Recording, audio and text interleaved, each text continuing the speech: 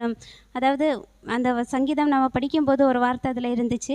"நீர்க்கால்களின் ஓரமாய் நடப்பட்டு தன் காலத்தில் தன் கனியை தருவான்." அந்த நீர்க்கால்களின் ஓரமாய் நடப்பட்ட அந்த மரம் எப்படி இருந்தா கனி கொடுக்கும்? அது நிலைத்திருக்கணும். நிலைத்திருக்கணும்னா அந்த வேர் வந்து ஆழமா ஊன்றப்பட்டு இருக்கணும். அந்த வேர்ல வந்து ஒரு சத்து இல்ல அப்டின்னா, கண்டிப்பா அது வந்து அந்த நீரையும் உறிஞ்ச முடியாது, கனி கொடுக்கவும் முடியாது.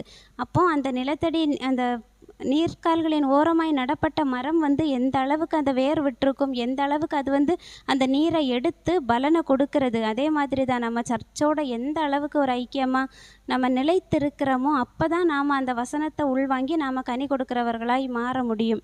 நாம வந்து அதில ஒரு நிலைத்தன்மை இல்லாம நம்மளே கொஞ்சம் அப்படியே அசைஞ்சிட்டு இருந்தோம்னா, கண்டிப்பா நம்மகிட்ட இருந்து கனி கொடுக்கிற தன்மைக்கு நாம வரமாட்டோம். எப்பவுமே ஒரு சந்தேகம். இது நடக்குமா என் வாழ்க்கையில? நான் அந்த அளவுக்கு வளர்ந்துட்டேனா வார்த்தையில?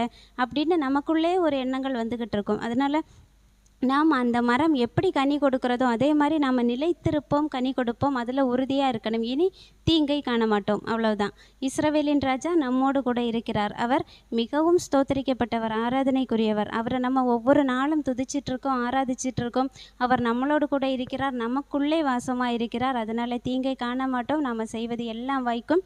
அதில உறுதியா நிலைச்சிருப்போம். அந்த வார்த்தை நம்மளுடைய வாழ்க்கையில பலன் கொடுக்கும். கனி கொடுக்கிறவர்களா இருப்போம். இன்னைக்கு